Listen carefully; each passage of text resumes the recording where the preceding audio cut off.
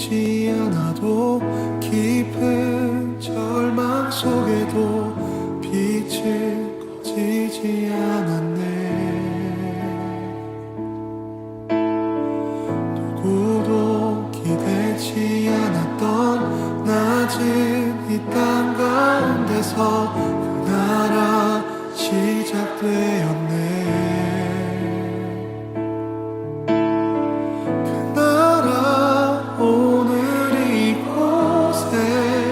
우리 살아가는 곳에 먼 곳에 있지 않네. 주가 일하시는 곳에 여전히 소망이 있네. 주께 포기란 없네.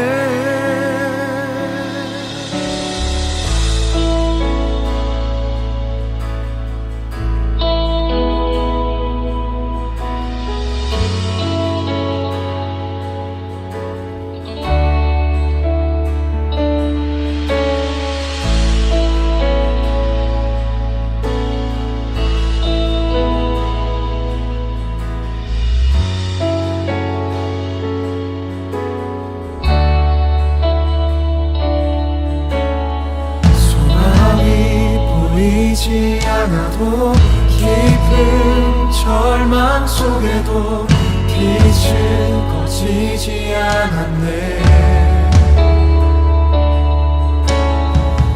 누구도 기대치 않았던 낮은 이 땅 가운데서 그 나라 시작되었네.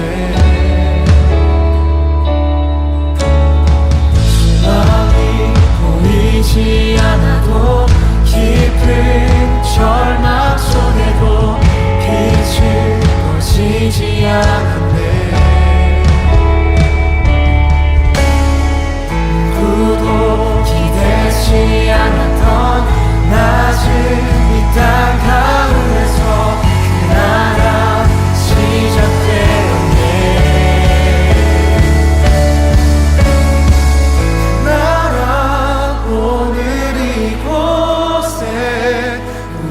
살아가는 곳에 먼 곳에 있지 않네.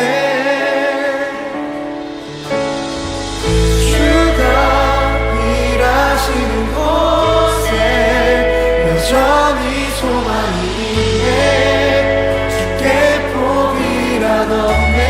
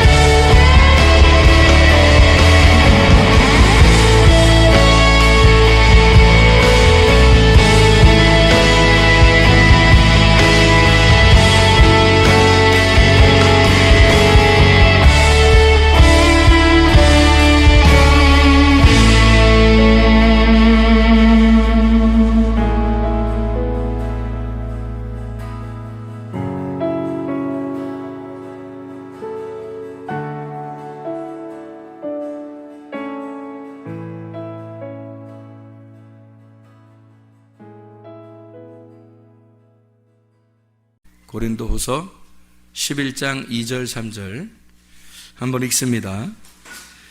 내가 하나님의 열심으로 너희를 위하여 열심을 내노니 내가 너희를 정결한 처녀로 한 남편인 그리스도께 드리려고 중매함이로다.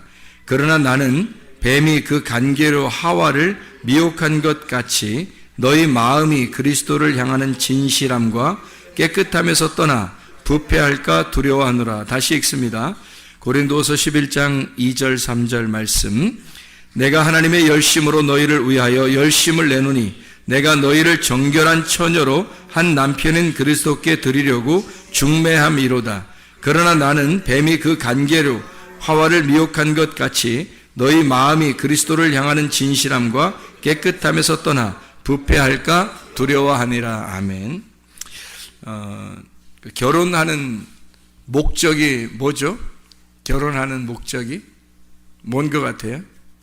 결혼을 왜 하는가 하면 결혼을 왜 하는가 그 목적, 이유, 결혼의 이유.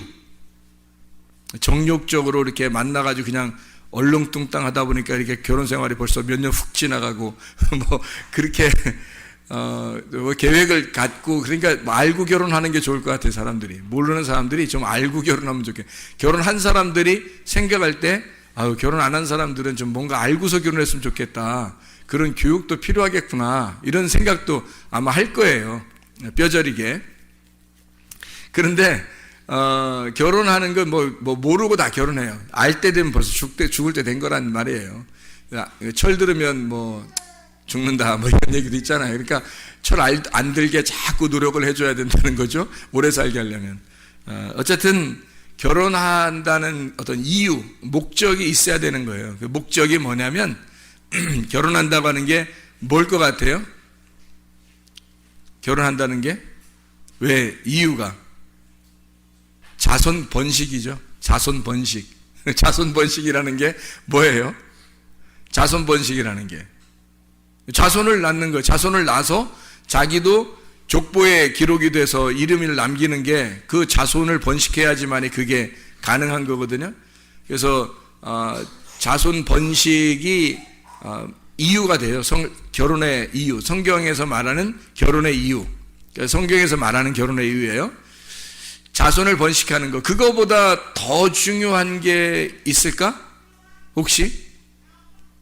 그거보다 더 중요한 게 있을까? 자손을 번식하는 것보다 더 중요하다, 뭐 덜 중요하다 그런 건 아닌데, 결혼하는 이유를 성경적으로 다른 의미로 잡는다면 저는 이렇게 이야기를 하고 싶어요. 결혼이라고 하는 건 동행이다. 이렇게 동행한다. 그래서 동행하는 것이 결혼의 이유, 목적이다 하는 거예요. 사람들이 아기를 낳을 수도 있고 아기를 못 낳을 수도 있잖아요. 그런데 아기를 낳는 사람이나 못 낳는 사람이나 아기를 낳으면 자손이 번식돼서 뭐 열매를 맺었다는 것으로 뭐 이유가 되겠지만 아기를 못 낳는 사람들도 있잖아요. 그렇다고 해서 이 사람들을 뭐 하나님의 버린 카드라 이렇게 말하기는 어렵잖아요. 아기를 못 낳았어도 그 사람들에게 결혼할 수 있는 이유가 있어야 되죠. 그러면 그 이유, 남편과 아내가 함께 둘이 동행하는 겁니다. 동행하는 거. 그러니까 예수 그리스도를 우리가 신랑 되신 예수님을 우리가 신부가 만나요. 만나면 성경에서는 뭐 해야 된다고 그래요? 동행한다 그래요. 동행한다. 그러니까 예수님과 함께 계속 같이 동행한다. 이거를 결혼 생활이라 그렇게 말하는 겁니다. 그래서 에녹이라고 하는 사람 아시죠? 에녹이라는 사람은 하나님과 어떻게 했어요? 동행하셨다. 그래서 동행했다. 그래서 하나님이 이 땅에 있지 못하게 하나님이 데리고 가신 거죠. 동행하다 보니까 주님과 동행하니까 이 땅에서 동행하니까 하늘나라로 데려가더라는 거예요. 그러니까 이 땅에서 동행한다는 것은 에녹이라는 사람이 하나님과 동행했다고 하는 건 누구하고 동행했다는 말이에요? 뭐하고 동행했다는 거예요? 말씀하고 동행했다는 거죠. 말씀하고 동행했다는 말은 다른 말로 뭐와 동행했다. 뭐와 함께 있다. 말씀은 뭐다? 말씀은 영이잖아요. 그러니까 에녹은 사람인데 영하고 함께 있으니까 그 영이 데리고 간단 말이에요. 그러니까 영의 사람이 됐다는 얘기죠. 그러니까 에녹은 원래 사람인데 영이라는 말씀과 동행하니까 그 그 말씀이라는 영이 에녹을 데리고 간 거죠. 그죠? 그러니까 말씀이라는 영이 데리고 가니까 이 땅에서도 말씀이라는 영이 함께 동행하잖아요. 동행하니까 에녹은 이 땅의 사람이 아니란 말이에요. 땅의 사람이 아니고 말씀의 사람이라는 거죠. 그러니까 이것을 영이라는 말씀이 데리고 가니까 그러면 땅의 사람이 아니니까 하늘로 올라가는 거예요. 땅과 다른 하늘로 올라갔다 이렇게 말하는 거죠. 에녹이라는 사람을. 그래서 결혼이라고 하는 게 우리가 씨를 퍼뜨린다라는 의미가 우리에게는 큰 의미예요. 결혼이라고 하는 성경적인 결혼의 의미는 씨를 퍼뜨린다, 열매를 맺는다, 이것이 굉장히 큰 의미인데 그거와 맞먹게 큰 의미가 뭐냐면 하나님과 동행하는 겁니다. 그 신랑과 동행하는 거죠. 그게 결혼의 이유가 된다. 그래서 하나님과 동행하고 있습니까? 그 말은 다른 말로 뭐라고 할 수 있겠어요? 하나님과 동행하고 있습니까? 하나님과 동행하고 있습니다. 그 말은 하나님과 결혼했습니까? 하나님과 결혼하시고 같이 살고 있습니까? 라는 얘기가 되겠죠. 그거죠. 그래서 하나님의 아들이 우리의 신랑 되셔서 그분과 내가 동행하고 있으면 결혼 생활에 들어갔단 말이에요. 결혼 생활에 들어가고 그와 함께 지금 동행하고 있는가? 결혼 생활하고 있는가라고 이야기할 수가 있다는 얘기입니다. 고린도서 11장 2절 3절에 열심으로 너희를 위하여 열심을 내는데 중매한대요. 남편인 그리스도에게 우리를 중매한대요. 그러니까 뭘 시키겠다는 거예요? 중매해서 결혼시키겠다는 거예요. 결혼시켜서 그 결혼시켜가지고 함께 살게 하려고 하는데 3절에 보니까 뱀이 나는 너희들을 예수 신랑에게 결혼시켜서 함께 살게 하려고 동행하게 하려고 했는데 이 뱀이 하와를 꼬셔가지고 이렇게 진실함과 깨끗함에서 떠나가지고 부패하게 만들었으니까 너희들도 그렇게 뱀이 와서 꼬여가지고 너희들을 부패할까 두렵다 하는 거죠. 그러면 여기서 예수님하고 신랑인 예수님하고 결혼을 시켜가지고 이렇게 살게 하는 것은 뭐를 의미하는 거고 하와라는 사람을 여기 뱀이 와서 하와를 꼬셔가지고 부패하게 만드는 것은 뭐를 의미하는 걸까요? 예수님하고 이렇게 결혼하는 것은 뭐를 의미하는 거겠어요? 뱀이 와서 하와를 꼬여가지고 깨끗함과 진실함에서 떠나서 부패하게 한 거니까 우리 아까 낮에 성경 공부할 때 같이 이야기 나눈 게 있어요. 부패하게 하고 타락하게 됐다. 이스라엘 백성이 부패하고 타락했다. 그 뭐를 의미한다 그랬어요? 말씀에 대한 변질을 의미한다 그랬죠. 말씀에 대한 변질에 대해서 이야기하는 거예요. 그러니까 하와를 뱀이 꼬셨다라고 하는 건 꼬셔서 뭐 먹었죠? 선악과 먹은 거예요. 그 선악과 먹은 게 그럼 선악과가 어딨냐, 선악과 어떻게 생겼냐, 이렇게 그걸 연구할 필요는 없어요. 그게 바로 뭐냐면 말씀인데 말씀에 변질된 내가 섞여 있는 말씀이란 말이에요. 내가 섞여 있는 말씀. 그러니까 뱀이 꼬여가지고 말씀이 자체가 잘못된 것, 선악과 자체가 잘못된 게 아니고 이것을 먹음으로써 변질된 내 탐욕이 들어간 말씀이 되어버린 거란 말이에요. 그러니까 나의 욕심이 함께 들어간 말씀이 됐죠. 선악과를 보니까 먹음직스럽고 보암직스럽고 탐스럽단 말이에요. 그래서 그걸 갖다가 먹은 거죠. 그러면 뭘 먹은 거예요? 나를 먹은 거죠. 내가 탐스럽게 보이고 저게 먹음직스럽게 보이고 이렇게 보암직스럽게 보이니까 그거를 내가 먹었으니까 결국 내가 내 마음을 거기에 담아서 이걸 먹어버린 거 아니에요. 그래서 선악과를 먹은 것이 너의 탐욕이죠. 너의 탐심, 너의 마음이 거기 들어가 있다는 거예요. 그게 선악과죠. 선악과는 간단한 겁니다. 내가 중심이 된 말씀이에요. 그럼 생명나무는요, 내 마음이 들어있는 게 아니라 무슨 마음, 누구 마음이 들어있겠어요? 하나님 마음이 들어있는 게 생명나무라는 거예요. 그래서 내 마음의 틀로 성경을 보면 선악과적으로밖에 못 보여요. 선악과적으로밖에 안 보인다고요. 그러니까 아까 우리가 자세하게 설명했지만 선과 악으로 나누어서도 자기가 선 쪽에 선택을 했다 손 치더라도 선악과란 말이에요. 왜냐하면 이것은 선악이라는 관념으로 나누어 버렸기 때문에 자기의 탐욕, 내가 보는 눈으로 틀을 만들어서 성경을 보니까 이 틀에서 벗어나지를 못하는 거예요.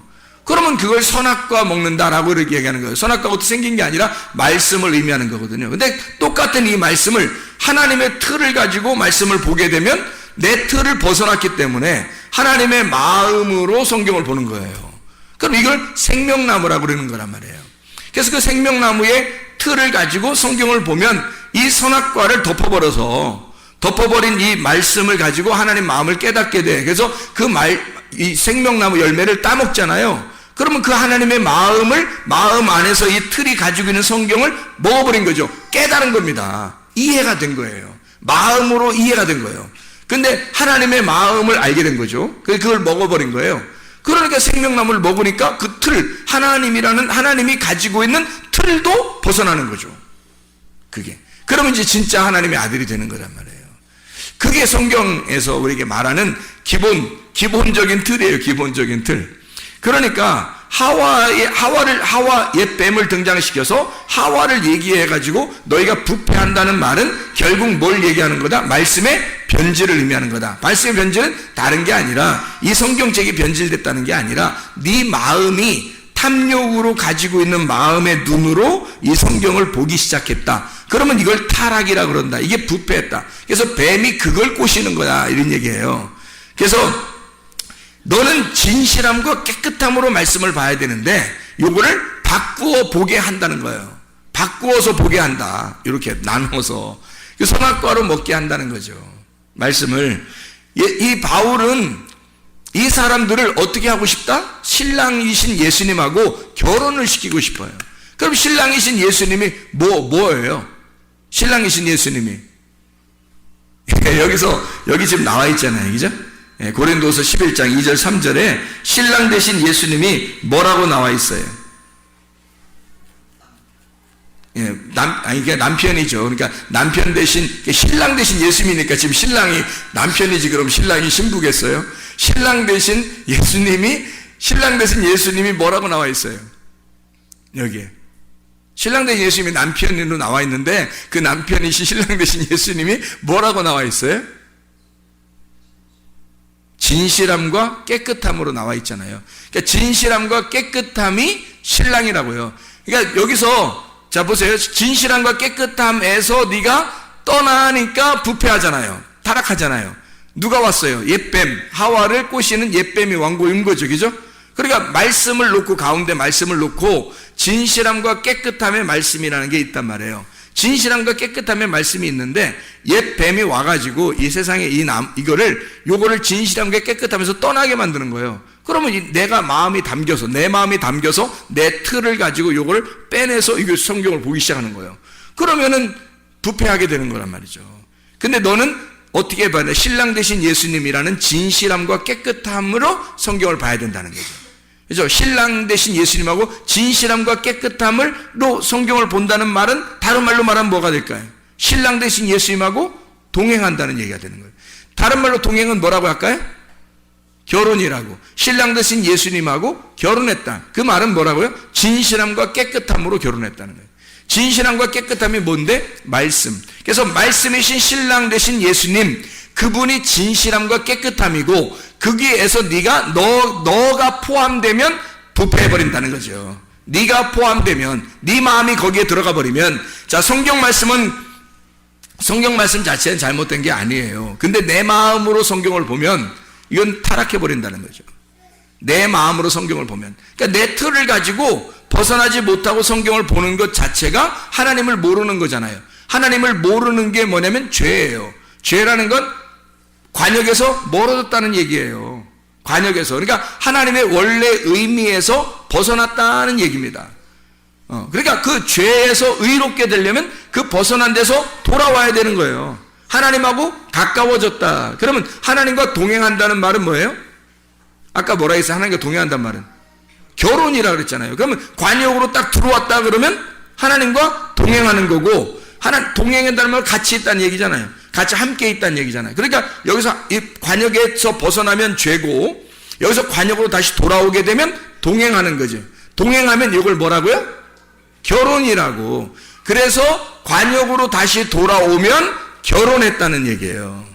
관역으로 돌아오면 결혼. 그러면 예수님하고 결혼했는데 우리가 결혼한다는 말은 지금 뭐예요? 뭐하고 결혼했다는 거예요? 말씀. 어떤 말씀? 진실함과 깨끗함이라는 말씀. 그분이 누구라고? 우리의 신랑 되신 예수님이라고. 그 예수님에게서 너 마음이 네 마음이 너의 프레임, 너의 그 틀이 여기에 딱 끼워 맞춰지면 이게 벗어나는 거라고. 이게 네 마음으로 이걸 끌어 잡아당기는 거라고요. 그래서 여기에 있는 관역에서 벗어나게 된다고요. 왜? 네 마음이 들어갔잖아요. 네 마음이 들어갔으니까 네 마음 아니고 하나님 마음으로 봐야 되잖아. 그럼 하나님 마음 안으로 들어가면 동행, 하나님 마음 안으로 들어가면 의로움, 하나님 마음 안으로 들어가면 그걸 결혼이라 그러네. 그리고 그 하나님 마음 안으로 들어가면 결합되었다, 하나가 되었다라는 말이고, 그럼 의로움이라. 근데 여기서 하나님의 마음에서 벗어나면 두 마음이 된 거고, 네 마음이 같이 있으니까 이게 두 마음이고, 그래서 벗어나면 죄, 결혼해서 벗어났다, 떨어져 나왔다 이 말이에요. 결혼해서 떨어져 나왔다. 그러니까 하나님하고 결혼해야 동행하는 건데 함께 있지 않다. 그러니까 결혼해서 벗어난 거죠. 무슨 말인지 알겠죠? 그래서 널 중매해서 결혼시키려고 하는데, 그 말은 다른 말로 말하면 뭐예요?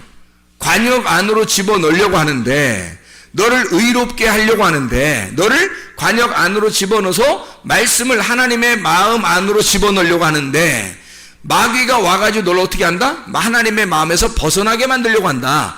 하나님의 마음에서 떨어져 나오게 하려고 한다. 한마디로 말하면 죄를 짓게 만든다는 거예요.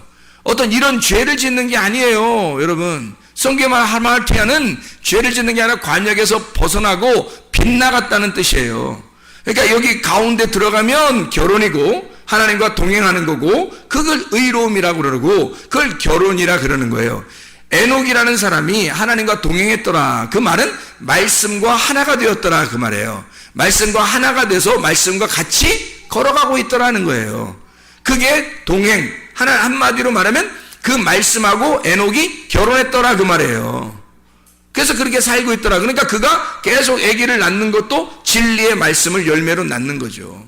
그런데 여기서 벗어나게 되잖아요. 그러면 내 마음이 들어가 있는 거예요. 그러니까 모든 사람들은 노아 시대 때나 에녹 시대 때나 모든 사람들은 다 어떻게 돼 있냐면 말씀에서 벗어난 자, 동행하지 않는 자들이었다는 얘기예요.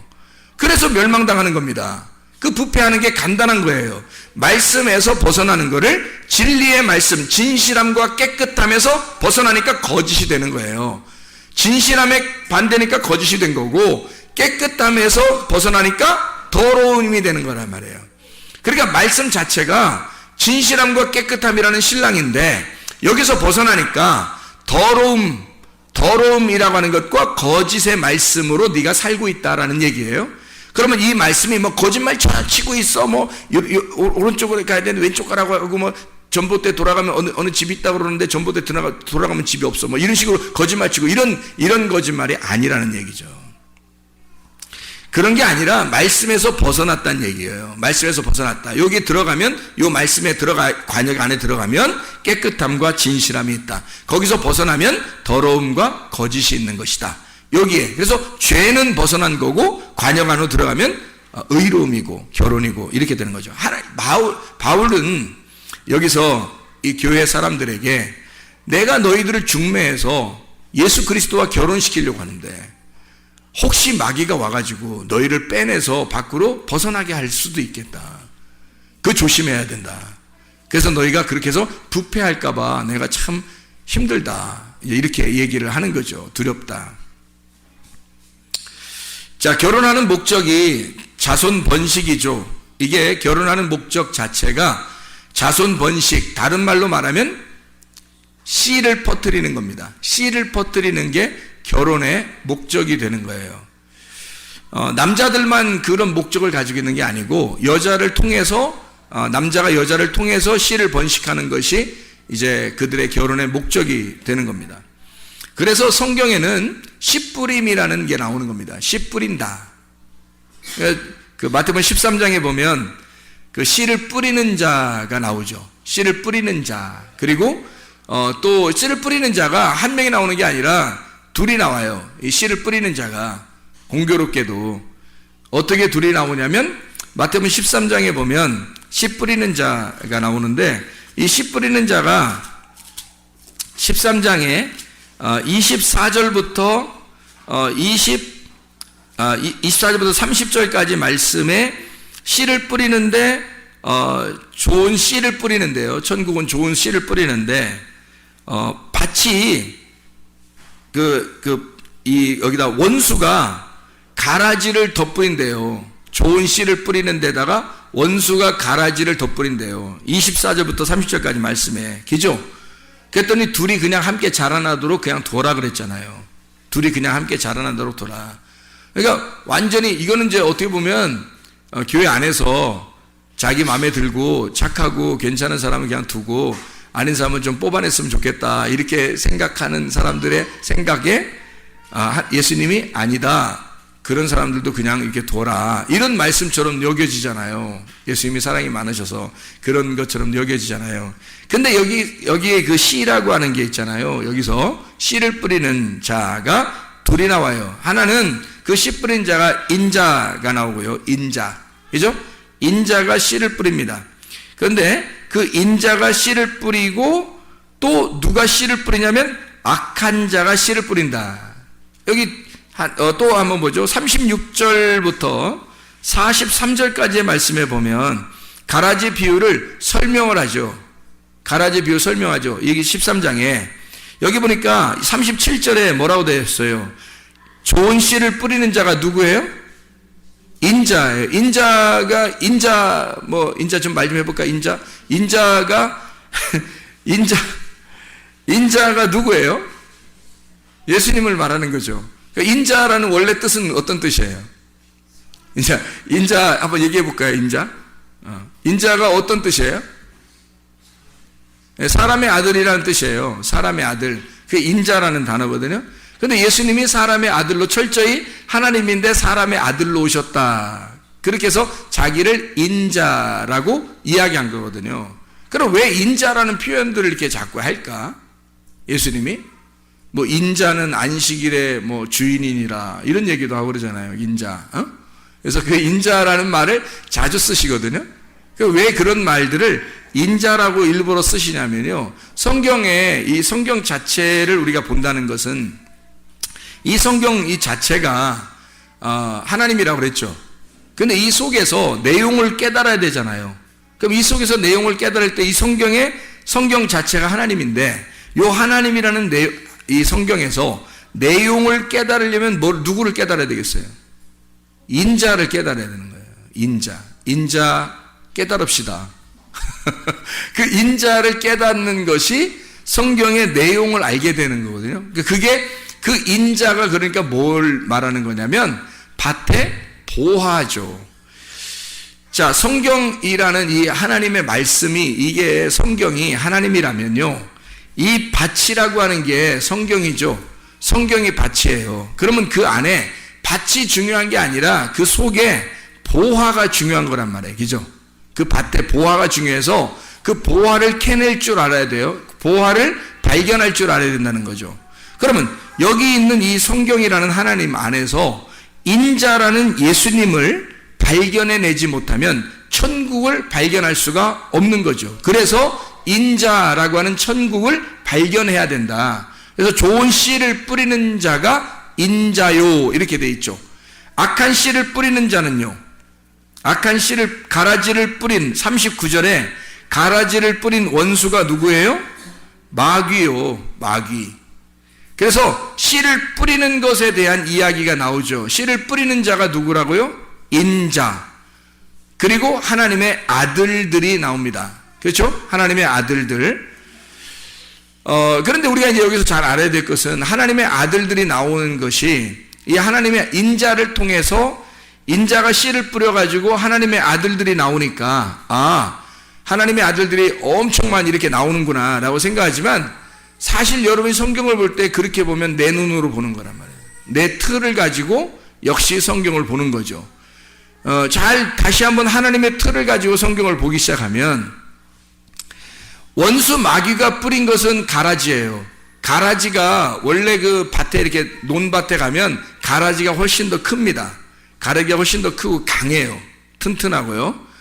곡식보다요. 이게 가라지가 원래 더 커요. 튼튼해요.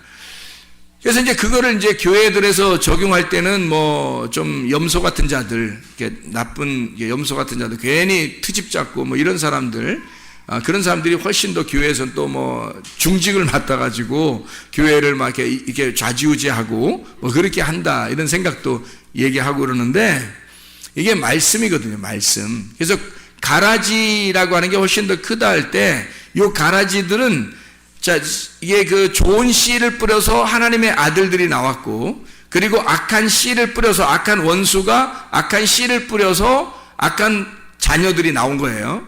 그러면 이 두 개 중에서 사람을 의미하는 게 아니고요. 이게 말씀을 의미하는 겁니다.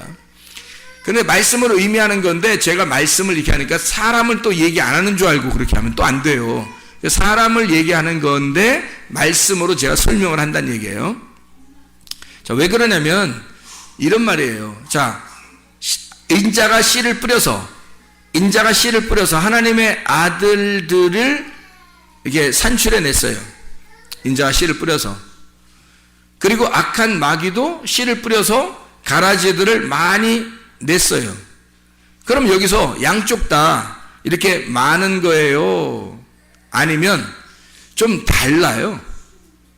우리의 틀을 가지고 보면은 양쪽 다 많은 거죠. 양쪽 다. 그런데 하나님의 틀로 한번 생각해 보자고요.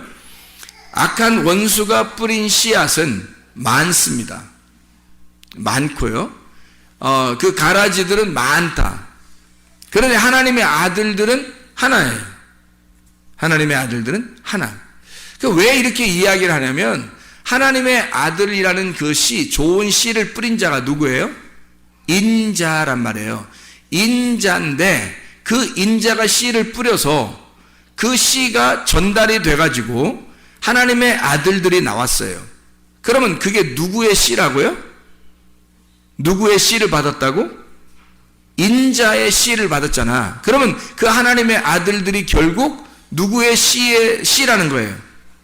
인자의 씨라는 거예요. 그러면 그 하나님의 아들들은 여러 개겠어요? 아니면 하나겠어요?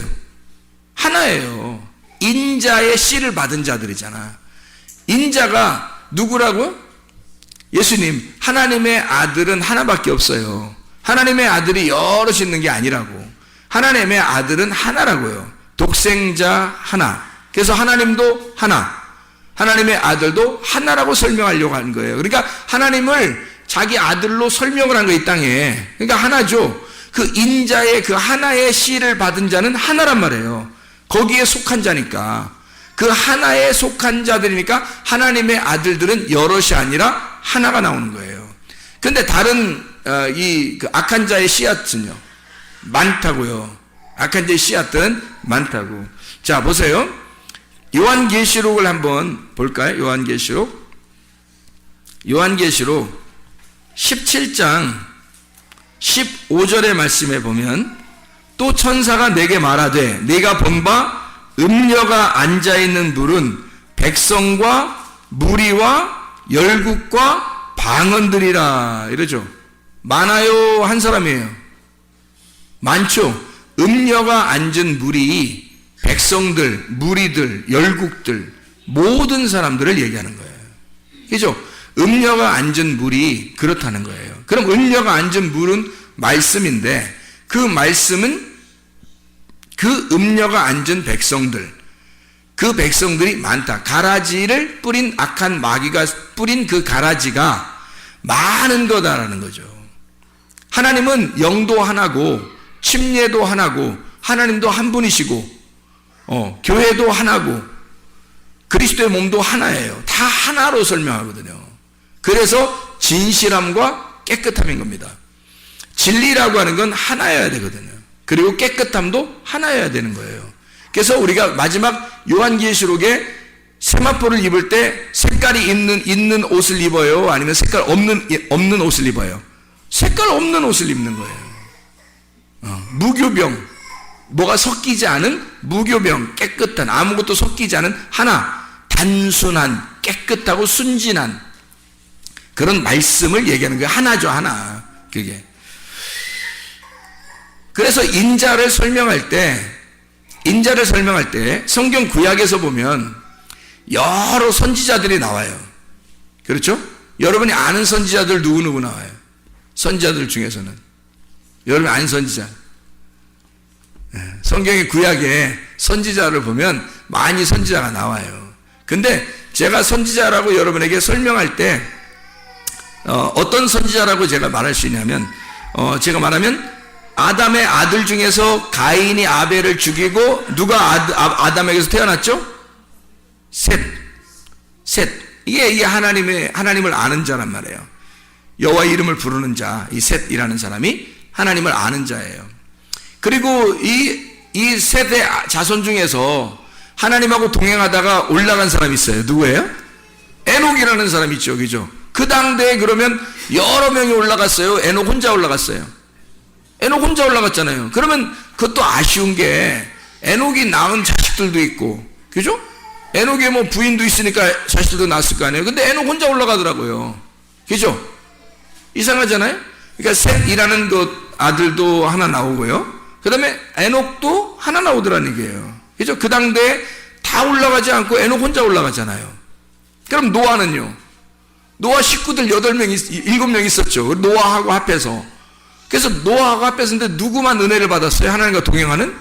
노아만 하나님과 동행하고, 그 말은 하나님과 동행했단 말은 뭐라고 해요? 하나님과 결혼했다고. 하나님하고 결혼하고 하나님의 관역 안에 들어간 사람은 노아 한 사람 나오잖아요. 노아 한 사람. 그러면 그 이후에 노아의 자손 중에서 하나님이 인류를 다 멸망하고 하나님의 그 아들을 다시 한번 또 선택을 해요. 그때 누구를 선택해요? 아브라함을 선택하잖아요. 아브라함, 이삭, 야곱을 동시에 선택했어요? 아니, 아브라함을 선택했어요. 아브라함을 선택하니까 이삭, 야곱이 나오는 거잖아요.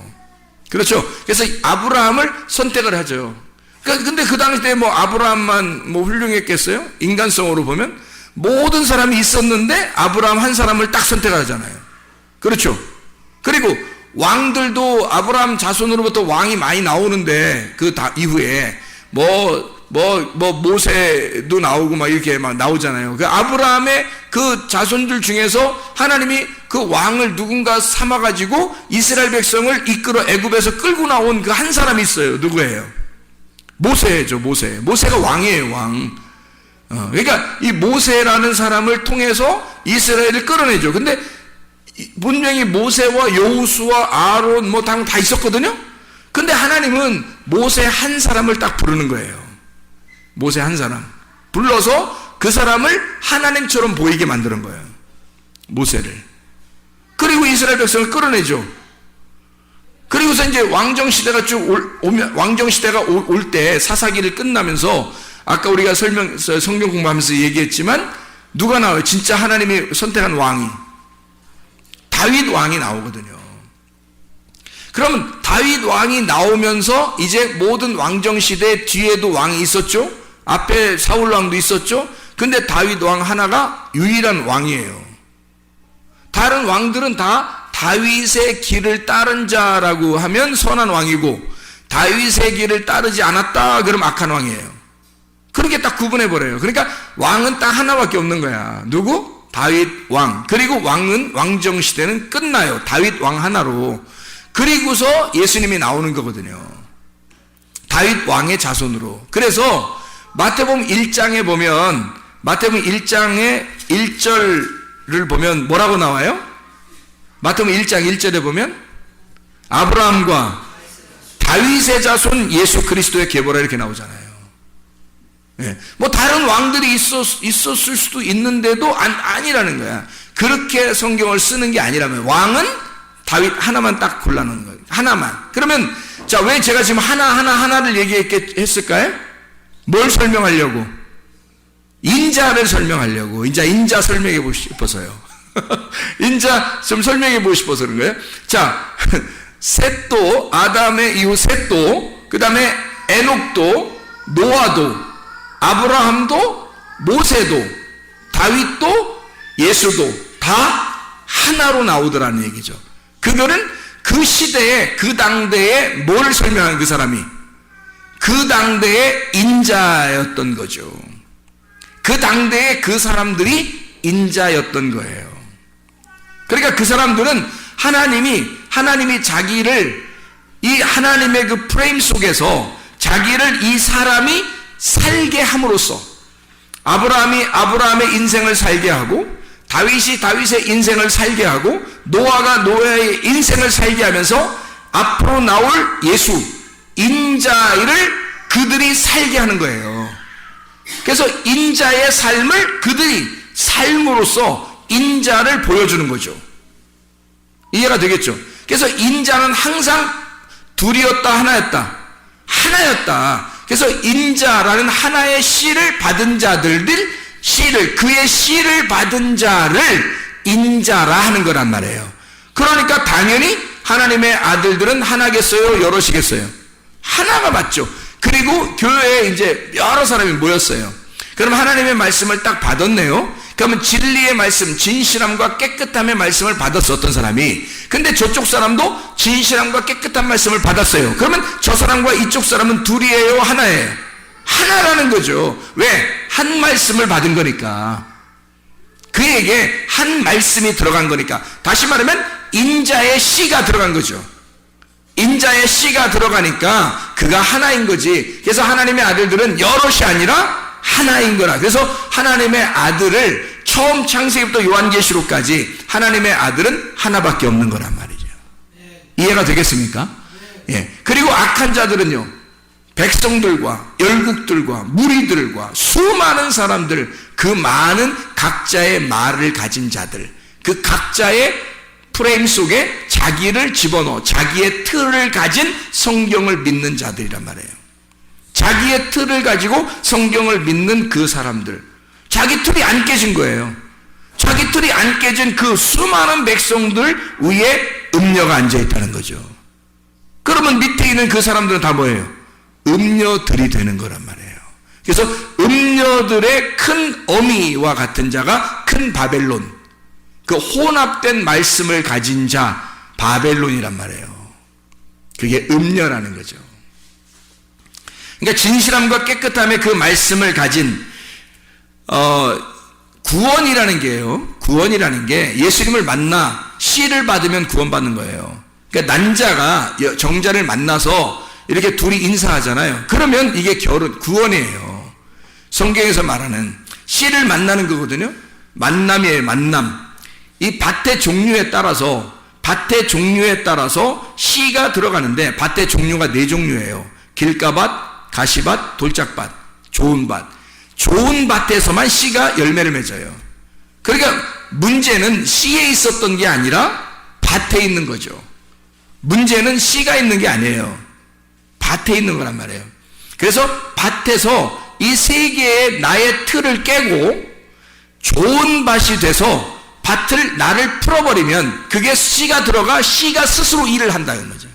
씨가 스스로 일을 해서 그 씨가 열매를 맺는 거예요. 우리 밭에 들어와서 그거를 결혼을 통해서 사람들에게 설명하는 거예요. 이 하나님의 말씀을, 그 말씀이라는 씨를 설명하기 위해서 결혼을 시키는 거예요, 사람들을.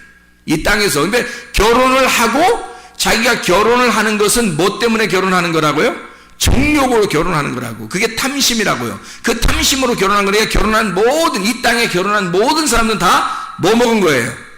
선악과 먹은 거라니까요. 선악과를 먹는 것이 결혼이었다고요. 여러분이 결혼하는 그 남편들 있잖아요. 또 아내들 만나잖아요.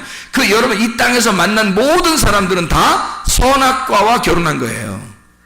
그러니 그 선악과가 자기를 심판할 수밖에 없는 거고, 그 심판하는 선악과가 그 정욕, 탐욕, 보암직, 먹음직, 탐스럽게 하는 선악과였구나. 나의 정욕, 탐심이라는 우상숭배, 이게 내가 다른 걸 만났었구나 라는 것을 하나님으로부터 우리 나왔는데, 원래 하나님이 우리를 만드셨는데, 우리가 결혼을 이 땅에 있는 사람과 결혼함으로써 이게 그와 하나가 되는, 정욕으로 하나가 되는 거란 말이에요. 그래서 여러분 다 알고 결혼한 사람이 없잖아요, 이 땅에. 모르고 결혼하는 거라고요. 모르고 결혼하는 게 성경적이고, 원래 알고 결혼해야지 성경적이라고 했나요, 제가? 그건 제가 다르게 설명했잖아요. 왜냐면 무슨 말이냐면, 모르고 다 결혼해요. 그게 다 선악과라 결혼하는 거고, 그게 정욕이고 탐욕이란 말이에요. 여러분이 결혼한 거 다 모르고 결혼했죠? 우리보다 더 모르고 결혼한 사람들 얼마나, 인디안들이나 뭐 이런, 거기 아프리카나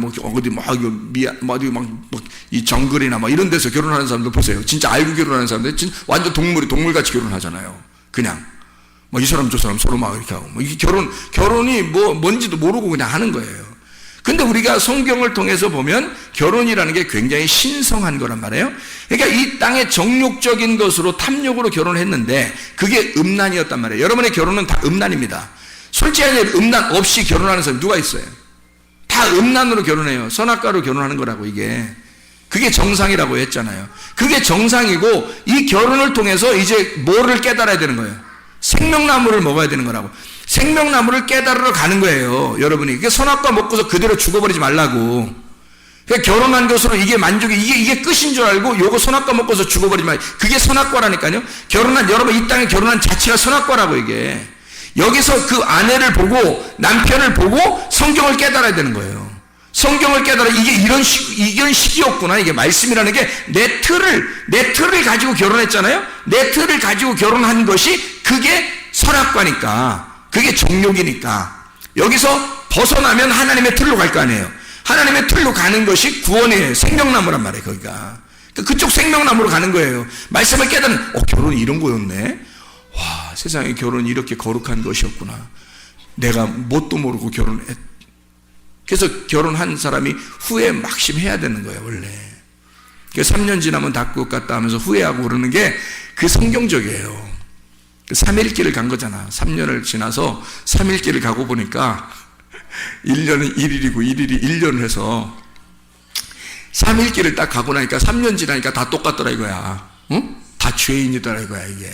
그걸 깨닫고 내가 결혼한 것이 이게 뭐냐 도대체 막 이럴 때 그 자신의 그 자책감 속에 살을 때 그때 주님을 만나는 거예요.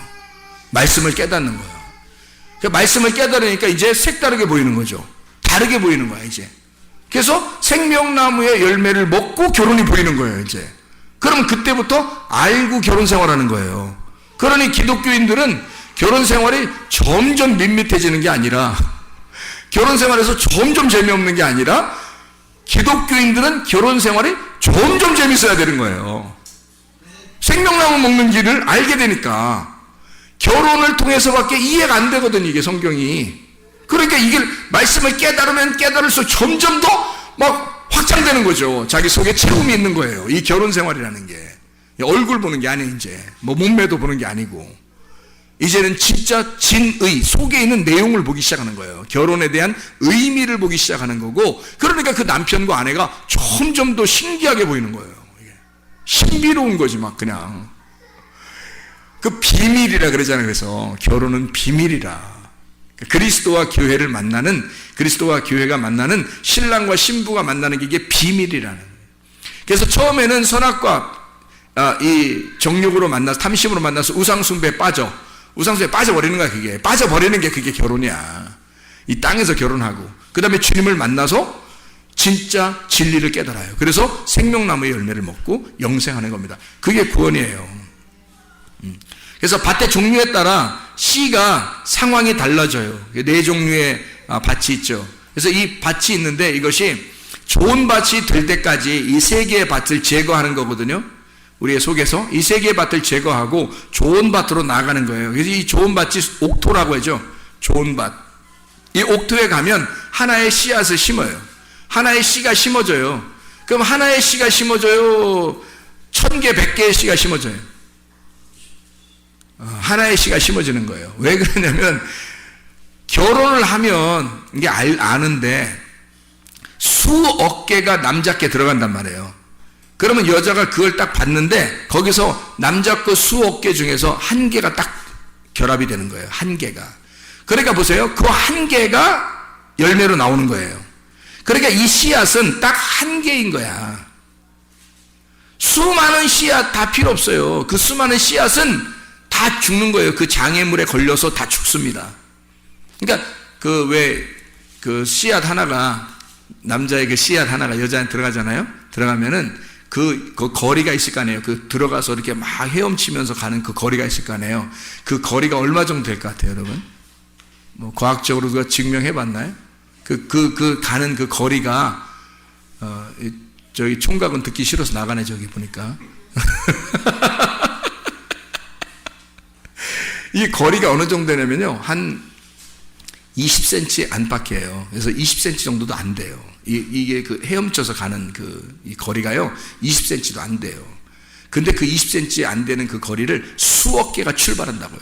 수억 마리가 출발하는데, 이게 어느 정도 출발하면, 건장한 남자가, 잘 들어요. 건장한 남자가 철인 5종 경기를 5km를 철인 5종 경기로 장애물을 극복해서 한 번도 쉬지 않고 달려가야지만이 도달할 수 있는 거리. 이게 그 씨앗 하나가요, 하나가 딱 이렇게 착상이 되기 위해서 수많은 이 수억 개의 그 씨들과 경쟁을 합니다. 부딪히고 경쟁하고, 여기 그 장애물도 있고 해서 그걸 쭉 충돌에 나가서 이것이 끝까지 그 철인 5종 경기, 건장한 남자가 약 한 5km를 한 번도 쉬지 않고 장애물을 뛰면서 수영하면서 막 가는, 자전거 타고 수영하고 막 뛰고 장애물 건너고 해서 5km를 한 번도 쉬지 않고 달려가는 그 노력과 똑같대요. 그 씨앗 하나가 거기 착상될 때까지가. 그렇게 모든 수억 개의 그 씨앗에서 그 하나가 들어가서 꼴이 나는 거예요. 그는 그 건장한 남자의 5km를 쉬지 않고 달려간 그 수고를 해서 거기서 꼴이 난 거거든요. 그래서 애가 나오는 거예요. 이 씨앗이 나오는 거예요. 여러분들은 대단한 사람들이에요. 대단한 사람들, 여기 지금 앉아있는 게. 그래서 그 씨는 하나예요. 하나의 씨가 들어가 그 하나의 씨앗이라는 열매를 나오는 거예요. 그게 성경적인 이야기들이거든요. 하나님이 그렇게 다 우리 몸속에 숨겨놓은 거예요, 이 말씀을. 그래서 이 갈라디아서를 한번 봐봐요. 갈라디아서 4장을 한번 봅시다. 갈라디아 4장. 4장에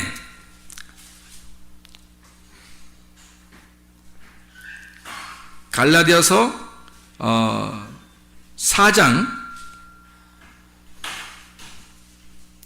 19절을 한번 봐봐요. 뭐라고 되어 있냐면, 나의 자녀들아, 너희 속에 그리스도의 형상을 이루기까지, 그리스도의 모양입니다. 그리스도의 형상을 이루기까지 다시 너희를 위하여 해산하는 수고를 한다 그랬거든요. 그 해산하는 수고, 그 해산하는 수고는 어마어마한 그 어려움, 그 고통을 통해서 아이가 출산되는 걸 설명하려고 하는 거예요. 그 하나의 아이가, 그 한 아들이 출산되는 것을 설명하는 거거든요. 그러니까 수많은 씨에서 하나의 씨앗이 열매를 맺는 것을 말하는 겁니다. 여러분에게 이렇게 설교를 많이 해요. 새벽에도 저녁에도 이렇게 설교를 계속 많이 하는데요, 여러분에게 정작 하나의 씨앗이 들어가기만 시작하면요, 여러분 옥토가 돼서 마음으로 그 말씀을 받기 시작하면요, 그 마음의 그 씨앗이 하나가 딱 열매를 맺어요. 착상을 해서. 그게 하나님의 아들로 나오는 거예요. 근데 그게 해산하는 수고를 한다는 거예요. 그 해산하는 고통의 수고를 통해서 나오는 거다. 그 해산하는 고통, 그 잉태하여 그 잉태된 아이가 태어날 때까지 그 고통이라고 하는 건 그 사람이 이 아이를 잉태하고 이 해산하는 수고를 한다는 것은 어떤 수고를 의미하는 거냐면, 사람이 아이를 베고 10달 동안 그 아이를 간직하는 것을 말해요. 그럼 보세요. 아이가 뱃속에 이렇게 들어왔어요. 들어오면 배가 점점점 불러가죠. 불러가는데 이 배에 있는 아이하고 자기하고 어떻게 된 거예요? 한 몸 안에 있는 거잖아요. 한 몸 안에. 그러니까 이 아이하고 엄마하고는 지금 같이 있는 거예요, 이렇게. 이게 잉태의 고통이고, 잉태하면 해산의 수고를 하는 거예요. 이것이 나올 때까지, 잉태에서 나올 때까지 그 수고를 한다는 거죠. 그러면 이게 어떻게 되는 거예요? 그 수고를 한다는 건 아이가 계속 여기 속에서 자라나고, 이것이 나올 때 자라나고 또 자라나야 된다는 것을 의미하는 거죠. 그러면 여기서 같이 있는 것을 다른 말로 말하면 뭐라고 돼요? 동행이라 그런다고요. 그 동행을 다른 말로 말하면 뭐라고요? 결혼이라 그런다고요. 그러니 하나가 되어 있는 상태란 말이에요. 그래서 하나님의 아들이 여기 속에 잉태했을 때 우리는 뭣도 모르고 아이를 잉태한 거예요. 뭣도 모르고 정욕적이라 했죠. 정욕적이니까 선악과의 말씀으로 잉태하고 탐욕을 가지고 아이를 잉태해서 애를 낳고 나니까 자기 건 줄 아는 거죠. 그래서 이게 탐욕이 속에서 발동이 됩니다. 그래서 아이가 태어났을 때 이상하게 자기하고 일치를 시키고 싶고 이상하게 자기가 보이고 그래서 이 아이가 딴 하나님 거 같지가 않고 내 거 같은 거예요. 그래서 이게 자꾸 탐욕으로 보기 시작하는 거예요. 그래서 이 자녀를 통해서 나를 키우는 거죠. 그게 탐심 선악과예요. 그게 정욕으로 결혼했고 정욕으로 잉태가 되었고 정욕으로 낳았으니까 그러는 거예요. 이것을 말씀으로 이제 잉태가 무엇이다라는 걸 깨닫고 그리고 아이가 태어난 것이 하나님의 아들이라고 하는 것이 하나의 씨가 나온다는 것을 설명하려고 그 말씀 하나가 우리의 속에서 씨앗이 되어서 열매를 맺고 나온다고 하는 것을 우리가 알게 되면 그 다음에 이 아이를 볼 때 어떻게 보이겠어요? 말씀으로 보이겠죠. 이 아이가 그냥 내 새끼로 보이는 게 아니라 이게 말씀으로 보이는 거죠. 이게 하나님의 아들로. 그러면 그때부터는 이 아들이 내 아들이 아니니까 이게 의미가 달라지는 거예요. 의미가 달라지고 나의 탐욕의 눈으로 보는 게 아니라 이제는 하나님의 눈으로 보기 시작하는 틀이 바뀐 거죠. 이 프레임이 바뀐 거예요. 하나님의 눈으로 보는 거죠. 그러니까 처음에는 선악과로 먹는 게 맞아요. 근데 그 다음에 하나님의 말씀을 깨달으니까 어떻게 돼요? 생명나무의 열매를 먹게 되는 거죠. 그러니 자녀를 볼 때도 생명의 나무로 보는 거고요.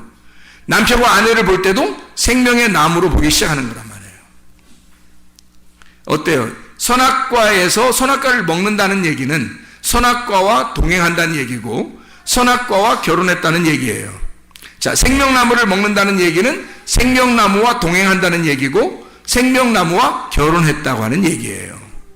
이해가 되겠죠? 그러니까 이게 다 무슨 말씀이에요? 다. 이 뭐를 설명하려고 하는 거예요? 여기서 선악의 열매 말씀과 생명의 열매 말씀을 설명하려고 한 거죠. 그러니까 너희가 먼저는 뭐예요? 하와, 옛 뱀으로부터 하와가 부패한 말씀을 얘기하는 거고 그것을 바로 잡아주기 위해서 너희를 그리스도와 중매하고 싶다는 얘기예요. 그죠? 그리스도와 중매하고 싶다. 그러니까 중매라고 하는 건 하나가 된다는 얘기죠. 하나가 된다는 동행이라는 말이고 그걸 다른 말로 결혼이 시킨다. 너희를 결혼시키고 싶다. 너희가 먼저는 누구에게서 결혼이 되었었다?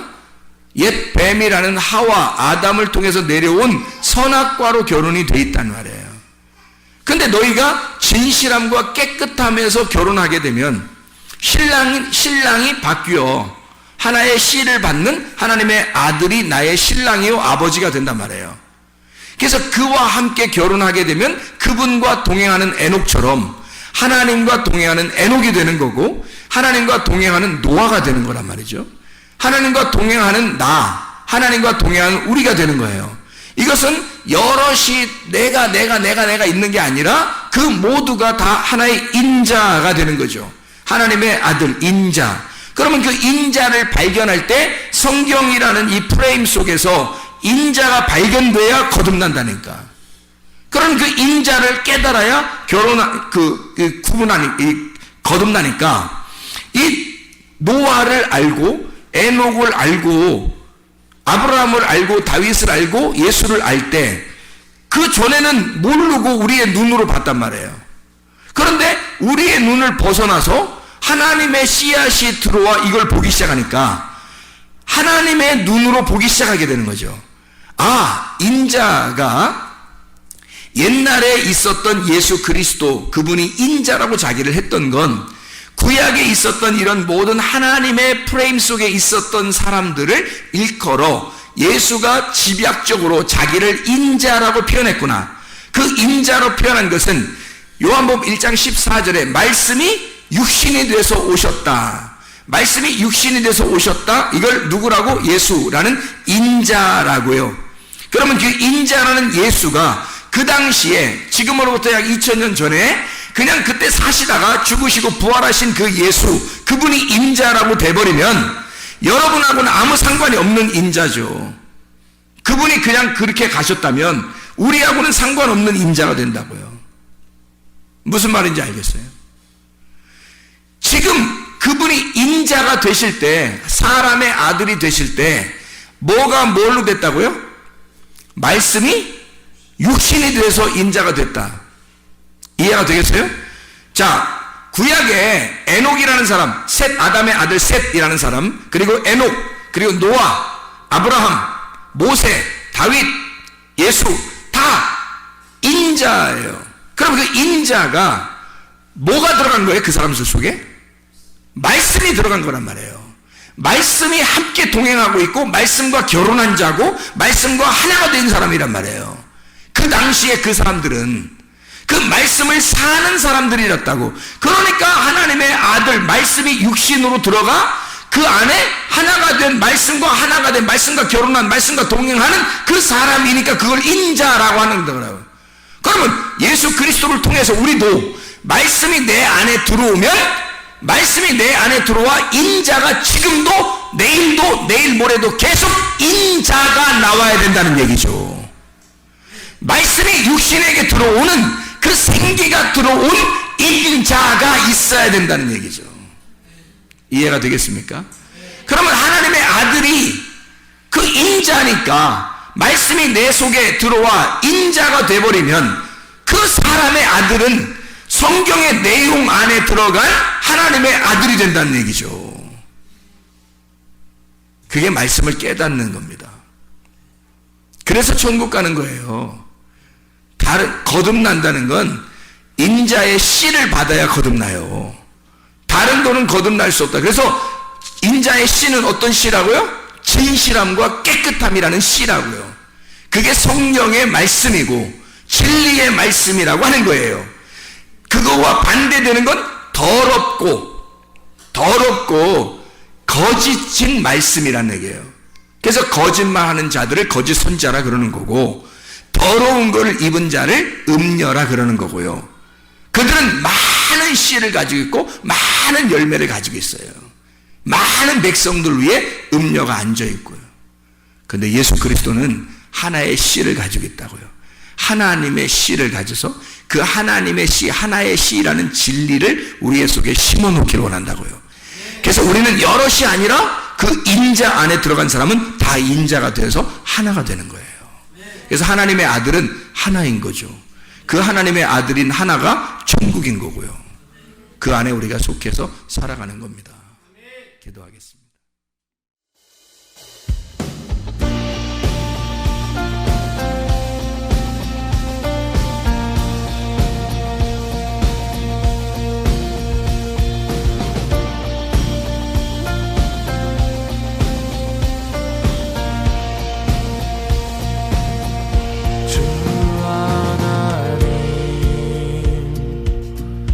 지으신 모든 세계